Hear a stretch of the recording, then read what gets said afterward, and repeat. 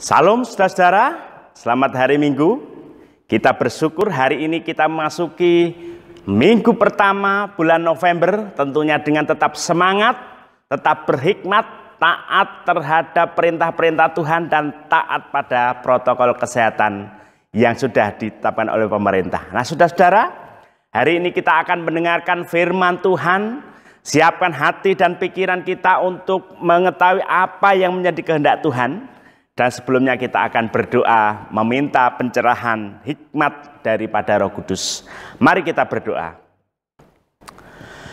Bapa kami yang di surga, kami sungguh berterima kasih, kami sungguh bersyukur kepadamu Tuhan. Karena kebaikan pemeliharaan Tuhan kepada kami anak-anakmu, boleh beribadah pada minggu hari ini, dan Kau izinkan kami memasuki bulan yang baru pada hari ini.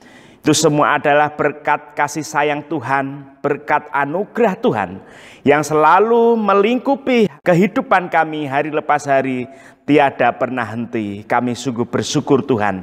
Pada pagi hari ini, di tengah ibadah online GKMI Eklesia ini, kami mau mendengarkan firman-Mu. Mari Tuhan, Engkau berbicara kepada kami untuk menunjukkan apa yang Tuhan kehendaki di dalam hidup kami. Di tengah perang pandemi ini kami percaya Engkau tetap berkarya, Engkau tetap bekerja, Engkau tetap mencurahkan kasih-Mu, dan Tuhan tetap berbicara kepada kami melalui firman Tuhan. Terima kasih, kami akan sebentar lagi membicarakan Alkitab yang akan kami baca. Mari Engkau berkati kami sekalian seiring akan pendengaran kami. Harapan kami dikuatkan, ketaatan kami dikuatkan, iman kami benar-benar dikuatkan di dalam Tuhan. Terima kasih Tuhan Yesus. Kami menyerahkan jam pemberitaan firman Tuhan dalam ibadah online hari ini. Hanya di dalam nama Tuhan Yesus Kristus, Engkau yang hadir memberkati kami dan memberikan yang terbaik bagi hidup kami. Haleluya. Amin.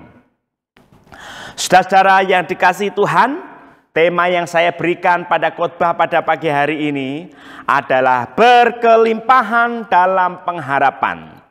Berkelimpahan dalam pengharapan, teks firman Tuhan yang menjadi dasar pemberitaan firman Tuhan pada pagi hari ini adalah Mika pasal 7 ayat 7 dan 8. Kitab Mika, kitab Nabi Mika pasal 7 ayat 7 dan 8. Demikianlah bunyi firman Tuhan. Pengharapan baru bagi Sion. Tetapi aku ini akan menunggu-nunggu Tuhan. Akan mengharapkan Allah yang menyelamatkan aku. Allahku akan mendengarkan aku. Janganlah bersuka cita atas aku, hai musuhku. Sekalipun aku jatuh, aku akan bangun pula. Sekalipun aku duduk dalam gelap, Tuhan akan menjadi terangku. Saudara-saudara yang dikasihi Tuhan, berkelimpahan dalam pengharapan, itulah yang seharusnya menjadi perenungan kita, menjadi hak, menjadi sesuatu yang penting bagi hari-hari kita. Saudara, dalam perang pandemi, jadi kita masih dalam era pandemi saudara-saudara, dan kita biasa melihat atau mendengarkan banyak istilah-istilah. Salah satu istilah itu ada kita itu sedang berperang. Ya. Berperang melawan musuh yang tidak kelihatan, bukan hantu atau yang lain, tetapi melawan virus. Saudara-saudara yang kasih Tuhan, itulah makanya kita selalu berada dalam sebuah arena perang, yaitu perang pandemi. Dalam perang pandemi ini kita seharusnya berlimpah dalam pengharapan, karena dengan harapan itu saja, di dalam Tuhan Yesus tentu saja saudara-saudara, kita bisa bertahan, kita bisa bertekun, dan kita itu bisa menang di tengah pandemi ini. Saudara-saudara yang dikasihi Tuhan, sekali lagi di dalam perang pandemi ini, kita harus makin hari makin taat. Relasi kita makin hari makin dekat. Sehingga kita makin hari makin berkelimpahan dalam pengharapan. Saudara-saudara, suka makan hamburger? Anak-anak itu paling suka makan hamburger, saudara-saudara. Tahu ya hamburger?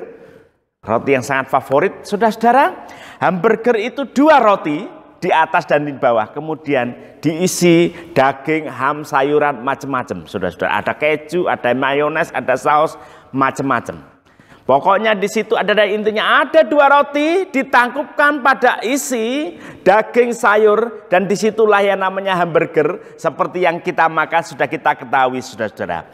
Tetapi saudara perlu perhatikan kadang-kadang nih ya, bagi saya, seseorang itu hidupnya atau totalitas keberadaan eksistensinya itu, saudara-saudara, itu mirip seperti roti atau hamburger itu, saudara. Hamburger itu orang itu tidak memperhatikan rotinya atas bawahnya, enggak, saudara. Tetapi orang itu memperhatikan isinya itu apa. Yang mempengaruhi harga itu mahal atau tidak, itu tergantung isinya itu apa, tidak tergantung pada roti 2 yang mengapit di atas dan bawah itu. Itulah hamburger, saudara-saudara. Dalam kehidupan keseharian kita, kadang-kadang juga seperti itu. Orang tidak memperhatikan kapan kita lahir atau mati pun tidak perlu dipikirkan. Tetapi orang sangat memperhatikan, seseorang itu sangat concern dengan apa? Dengan isi hidup kita. Hidup kita itu kita isi dengan apa? Itulah yang menjadi concern orang. Tuhan sangat memperhatikan isi hidup kita. Hidup yang diberikan Tuhan, hari-hari yang diberikan Tuhan, jam yang diberikan oleh Tuhan di dalam hidup kita. Kita mau isi dengan apa? Itulah yang menjadi concern Tuhan itu. Sebagaimana orang itu tidak memperhatikan roti burger yang 2 tangkup itu, tetapi lebih memperhatikan isinya. Yang membedakan harga itu ada isi, saudara. Begitu juga hidup kita itu berharga di mata Tuhan atau tidak. Hidup kita itu terhormat atau tidak. Hidup kita itu punya nama baik atau nama buruk. Itu ditentukan dari isi bagaimana kita itu mengisi hari-hari kita. Terlebih lagi saudara-saudara, bagaimanakah kita mengisi hari-hari di dalam pandemi ini? Dengan apakah kita mengisi hari-hari kita? Apakah itu dalam kesenangan? Biasanya ada 3, saudara. Biasanya itu kesenangan, atau kecemasan, atau harapan.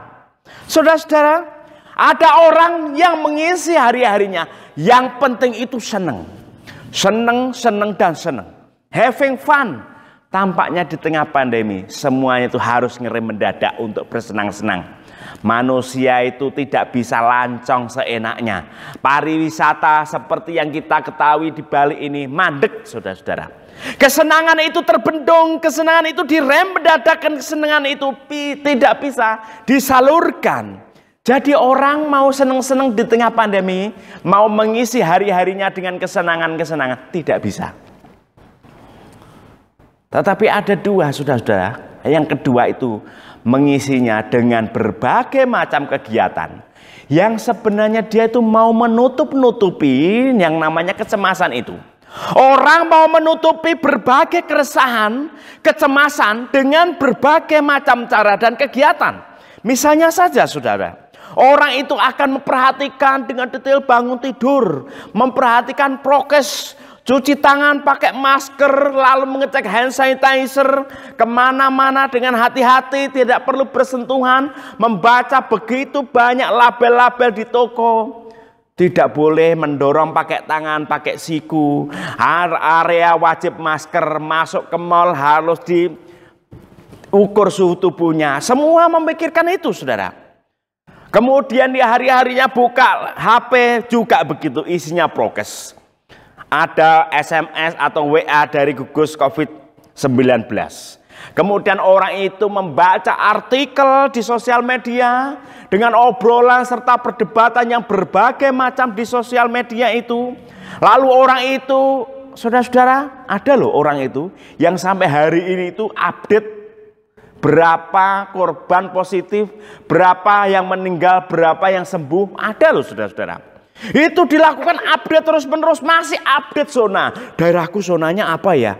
Waduh masih merahin. Waduh warnanya belum hijau. Saudara-saudara, sibuk dengan hal seperti itu. Belum lagi ngikuti YouTuber dengan berbagai tamu-tamu yang nggak jelas itu. Indonesia ini luar biasa, saudara-saudara ya. Apalagi kalau kita mengikuti namanya program-program di televisi itu, dari masalah politik, masalah ekonomi, masalah sosial, masalah pandemik, masalah vaksin COVID-19, itu loh orangnya itu sama. Heran loh saudara. Orangnya sama, ngobrol tema-tema itu tidak pernah mendalam dan ditonton oleh jutaan orang loh saudara. Ada orang yang mengikuti seperti itu. Akhirnya apa yang terjadi? Orang itu keresahannya tidak hilang. Kecemasannya tidak sirna. Justru keresahan itu semakin mendalam dan stres, saudara. Kenapa? Orang itu terombang-ambing, digoyang dengan berbagai macam berita. Diombang-ambing dengan berbagai macam teori. Ini itu benar enggak sih konspirasi? Atau benar-benar masalah alam? Atau masalah peperangan? Atau bagaimana, saudara-saudara? Manusia hari-hari ini diombang-ambingkan, saudara-saudara. Maka benarlah hari-hari ini kita sebagai orang-orang Kristen harus berhikmat. Minta hikmat dari Tuhan supaya kita itu tidak menutup-nutupi keresahan dan kecemasan itu. Tetapi mengganti kecemasan itu dengan apa? Dengan pengharapan. Saudara, jangan mengikuti terlalu banyak update sosial media, silahkan. Tetapi ada godaan, kita akan terombang-ambing dengan berita yang tidak karuan, berita yang tidak menentu, berita yang belum tentu kebenarannya. Saudara-saudara, jangan terombang-ambing, tetapi baiklah kita itu mengubah kecemasan itu, mengubah keresahan itu, yang objeknya itu adalah COVID-19 itu, dengan pengharapan, saudara. Pengharapan itu membuat kita itu tetap bertahan sampai hari ini. Terus terang, saudara-saudara, dengan pengharapan itu kita justru bisa menikmati banyak kebaikan-kebaikan yang Tuhan berikan. Dengan mengikuti banyak berita, banyak orang terombang-ambing lalu stres, tidak karuan, lebih baik cepat dirubah. Saat ini juga dirubah kecemasan itu menjadi pengharapan di dalam Kristus. Nah, saudara-saudara, harapan itu menjadi berita yang besar di dalam Alkitab. Kehadiran Tuhan melalui Yesus Kristus dalam kematiannya di kayu salib, kebangkitannya naik ke surga, Dia memberikan pengharapan yang sejati bagi umat manusia, khususnya bagi orang-orang percaya. Dia membawa pengharapan itu. Dan kita harus, saudara-saudara, mengaitkan, berpegang teguh pada pengharapan yang diberikan oleh Tuhan Yesus itu. Jangan berpegang atau mempercayakan kepada hal-hal yang di luar Kristus. Harapan itulah juga jauh-jauh hari sudah didengungkan oleh Nabi. Yang dalam hal ini adalah nabi-nabi kecil yang bernama Nabi Mika. Nabi Mika ini seorang yang luar biasa. Dia orang yang sederhana, tetapi dipakai Tuhan untuk memberikan apa? Ada sebuah pengharapan. Ada sebuah pengharapan. Di sini dikatakan, di ayat 8 dikatakan, sekalipun aku duduk dalam gelap, Tuhan akan menjadi terangku. Harapan itu adalah melihat terang di tengah-tengah kegelapan. Melihat keteduhan di tengah badai. Saudara-saudara, ketika murid Tuhan Yesus dalam perahu diterjang badai yang begitu hebat, begitu mengerikan, saudara-saudara, ada sebuah keteduhan di dalam diri Tuhan Yesus ketika Tuhan Yesus tidur. Nah, itulah ada harapan. Di tengah kengerian yang ada keteduhan di dalam diri Yesus itu.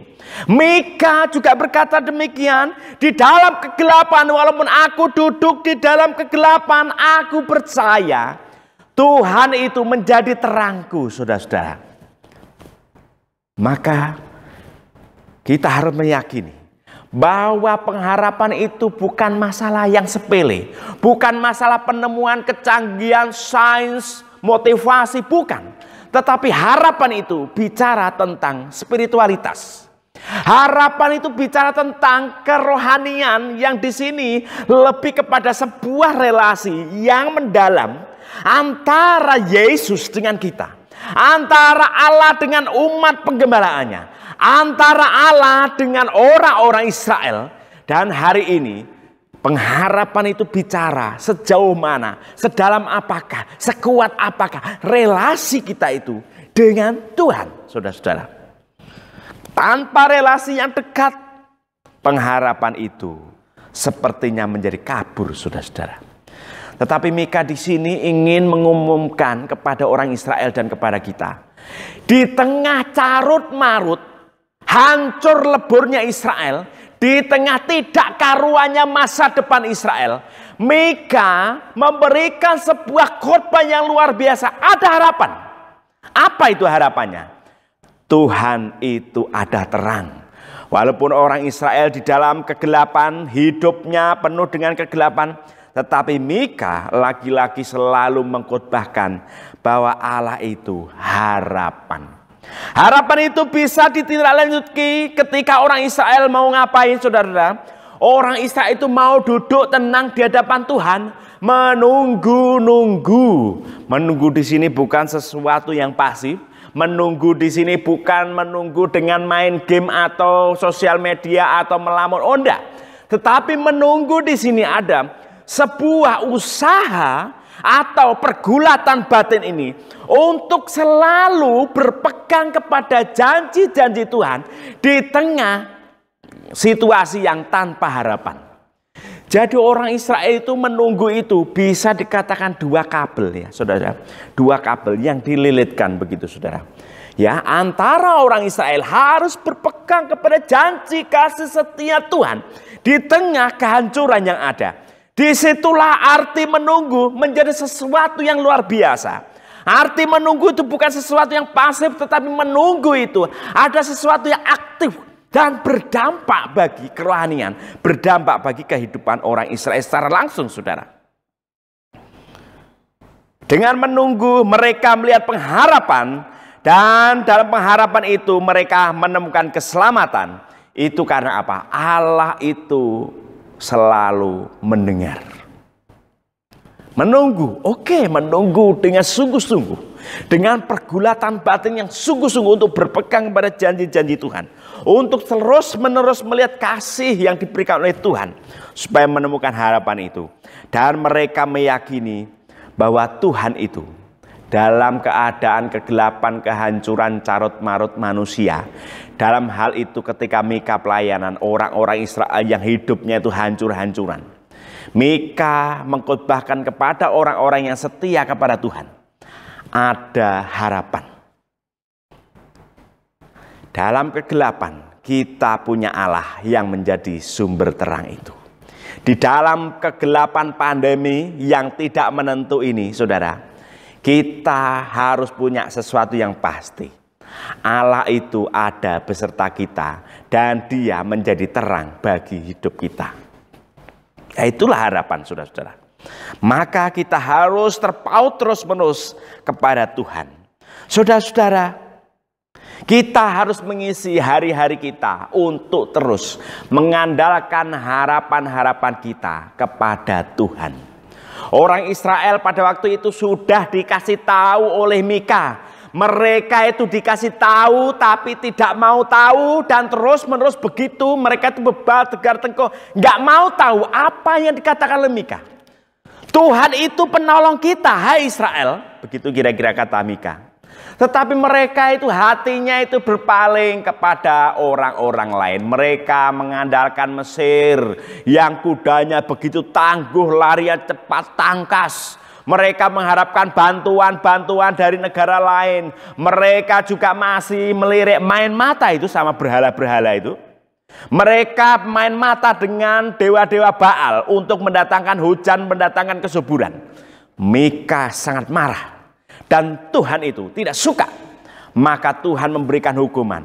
Tetapi di balik hukuman itu, Mika tetap memberikan satu khotbah yang luar biasa, yang sangat berdampak bagi umat manusia, berdampak bagi orang-orang kita.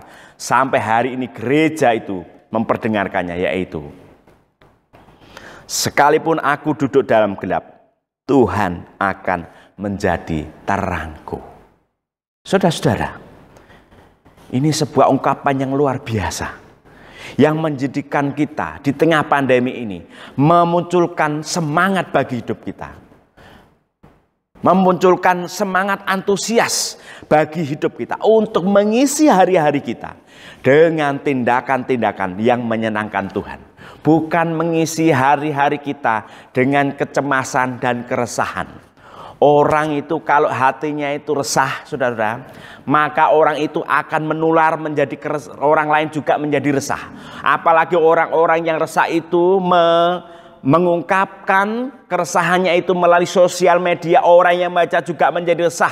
Orang yang resah itu menjadi akhirnya dari individu menjadi kelompok, menjadi meluas, akhirnya menjadi apa? Keresahan sosial. Kalau keresahan sosial tidak ditangani dengan baik, akan menjadikan keresahan politik. Kalau menjadi keresahan politik itu, saudara-saudara, akan diputer, digoreng sedemikian rupa, akan menjadi kerusuhan sosial. Sepele. Dari hal yang keresahan dalam diri seseorang bisa menjadi kerusuhan sosial. Itu dampaknya juga hebat. Tetapi yang paling hebat itu adalah dampak kalau seseorang itu punya harapan.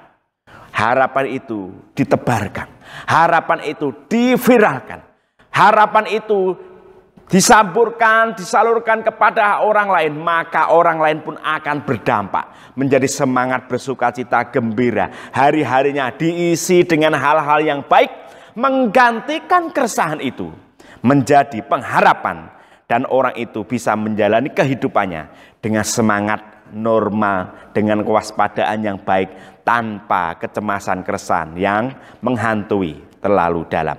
Saudara-saudara, harapan merupakan berita yang besar dalam Alkitab. Jadi harapan itu adalah masalah spiritual. Saudara-saudara, harapan itu apakah ada di luar Kristus? Ada. Orang yang ateis itu punya harapannya sendiri. Apa? Sains. Harapan kita itu ada sains. Ada orang yang menyandarkan harapan kepada asuransi. Asuransi yang begitu luar biasa, megahnya, agungnya, diagung-agungkan oleh dunia ini.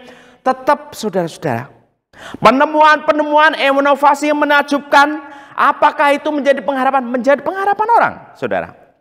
Bahkan industri farmasi yang berkembang makin luar biasa, itu semakin menjadi pengharapan bagi manusia. Tetapi dengan hantaman suatu makhluk virus yang tidak kelihatan, yang tidak bisa disaring, saudara-saudara, yang benar-benar tidak bisa dikalahkan, toh semuanya runtuh seketika.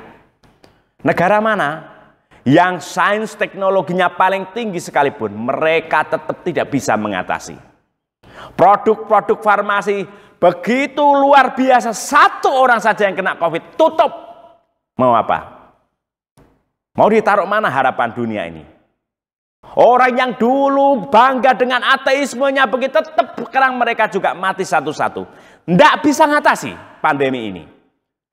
Mau ditaruh mana harapan dunia ini? Hanya kepada Tuhan Yesus. Saudara-saudara, siapapun saudara-saudara yang mendengarkan dan menonton khotbah ini, saya katakan harapannya sejati hanya di dalam Kristus. Di luar itu nonsens. Ada, tetapi apakah itu benar-benar pengharapan? Bukan. Itu adalah harapan palsu. Harapannya asli hanya di dalam Kristus itu. Saudara-saudara, harapan itu bisa terwujud secara sempurna dalam kematiannya Tuhan Yesus di kayu salib. Dengan kematiannya, dengan darahnya yang kudus tercurah dari kayu salib itu, Tuhan sekaligus memberikan pengharapan bagi dunia. Sebenarnya kalau dipikir-pikir ya, manusia itu sebenarnya kadang-kadang nggak takut mati sih. Mereka itu takut mati dengan keadaan yang sia-sia. Terus kalau udah mati mau apa? Gitu loh saudara. Itu pertanyaan yang eksistensial, pertanyaan yang benar-benar menghantui banyak orang. Tetapi dalam Kristus, saudara-saudara, pengharapan itu ada. Bahkan setelah kematian pun harapan itu bisa dicicipi secara sempurna. Yesus Kristus mati di kayu salib, memberitakan keselamatan dan memberikan pengharapan bagi dunia. Maut itu bukan akhir segala-galanya. Bagi orang yang tidak punya harapan di dalam Kristus, dunia ini sudah turn off. Tetapi orang yang sudah percaya kepada Tuhan Yesus, sudah mengambil Yesus sebagai Tuhan dan Juru Selamat, dunia ini bukan turn off, tetapi restart, saudara. Di dalam perang pandemi ini, Tuhan Yesus ingin sekali melihat kita itu datang kepadanya. Datang kepada pelukannya, memeluk dengan erat. Sebagai bentuk mengandalkan Dia satu-satunya harapan sejati di dunia. Saudara-saudara, Tuhan itu bekerja. Kadang di tengah pandemi ini banyak orang melihat karya Tuhan bagi hidup saya itu mana. Saudara-saudara, ya silakan. Bebas mau bertanya, merenungkan, protes sama Tuhan itu bebas. Tetapi Tuhan itu tidak bisa dirubah. Tuhan tidak akan berubah sesuai dengan protes kalian. Tetapi percayalah, Tuhan itu tetap memberikan pengharapan. Memberi yang terbaik, memberikan berkat-berkat-Nya. Dan tidak pernah menarik kasih-Nya dari hidup kita. Dalam kesunyiannya Allah itu bekerja. Misalnya nih ya, Yusuf itu mempersiapkan bangsa Israel di Mesir tanpa sepengetahuan Yakub. Tetapi tahu-tahu Yakub mendengar bahwa Yusuf ini masih hidup di Mesir. Lalu seluruh kerabatnya dibawa ke Mesir, dipelihara di situ. Siapa yang mempersiapkan itu semua? Tuhan. Begitu juga dengan orang Israel ketika mereka teriak-teriak menjadi budak di Mesir. Mereka dibunuhi, dicambui sedemikian. Mereka hidup menderita berteriak-teriak. Tuhan dalam kesunyiannya mempersiapkan Musa di padang gurun untuk menjadi leader. Dan setelah itu diutus menjadi penolong orang Israel untuk keluar dari Mesir. Dalam kesunyiannya Tuhan itu bekerja. Begitu juga saudara-saudara ketika kerajaan Israel, kerajaan yang awal-awal dibentuk di dalam pimpinan Raja Saul, memiliki masalah yang besar menuju pada kehancuran. Tuhan dalam kesunyiannya mempersiapkan Daud. Daud itu masih dalam penggembalaan. Kambing dombanya nggak banyak, hanya seberapa. Dalam kesunyiannya Tuhan mempersiapkan Daud. Dia dilatih di dalam pertarungan. Dia digembleng menjadi seorang gembala yang berani menaklukkan singa, menaklukkan beruang, sampai dia pun dipilih Tuhan menjadi raja bagi Israel. Tidak ada yang tahu apa yang sudah dipersiapkan Tuhan, tetapi Tuhan bekerja. Saudara-saudara, dalam kesunyiannya Tuhan bekerja. Itu menjadi jaminan dan menguatkan kita. Dalam ketidaktahuan kita, Tuhan bekerja, mempersiapkan yang terbaik. Maka Tuhan itu memang layak diandalkan, menjadi pribadi satu-satunya, menjadi sandaran, menjadi sumber bagi pengharapan kita. Saudara-saudara, karena kita sudah yakin hidup kita ada pengharapan, karena kita yakin hidup kita disertai Tuhan, maka tugas kita itu adalah tetaplah taat. Taat kepada Dia, dekat kepada Dia. Kuatkanlah iman kita supaya akar-akar kerohanian kita itu benar-benar berpijak pada firman Tuhan, sehingga kita itu menjadi orang yang bersukacita. Saudara-saudara, orang itu mau peduli sosial, mau tolong menolong, orang itu mau bersukacita, orang itu mau bergembira ria, ya saudara-saudara. Orang itu mau menikmati kebersamaan dengan keluarga. Orang itu bisa beribadah dengan nyaman. Itu semuanya bisa dilakukan jika dan hanya jika orang itu punya pengharapan. Kalau orang itu punya kecemasan, nggak mungkin melakukan semuanya itu. Hanya orang yang punya pengharapan itulah hidupnya itu bisa berlimpah dengan sukacita. Orang yang berkelimpahan dalam pengharapan, hidupnya itu senantiasa bersemangat, dan dia itu juga semakin semangat untuk memuji, menyembah Tuhan, beribadah, Dan orang itu punya hasrat yang terdalam, yaitu apa? Menyenangkan hatinya Tuhan. Kalau orang bangun tidur begitu melek gitu ya, kerinduannya orang yang punya pengharapan itu apa? Ingin membuat Bapa yang ada di surga itu tersenyum. Karena hidupnya itu baik dan berkenan di dalam Tuhan. Saudara-saudara, saya akan membacakan Roma pasal yang ke-15 ayat 13. Bunyinya begini. Semoga Allah, sumber pengharapan, memenuhi kamu dengan segala sukacita dan damai sejahtera dalam iman kamu, supaya oleh kekuatan Roh Kudus kamu berlimpah-limpah dalam pengharapan. Saudara-saudara, walaupun vaksin itu sudah ditemukan, vaksin itu sudah proses dalam produksi dan proses dalam penggunaannya, aplikasinya langsung kepada orang, saudara. Tetapi kita, saudara, lebih dari itu, kita harus punya pengharapan yang teguh di dalam Tuhan.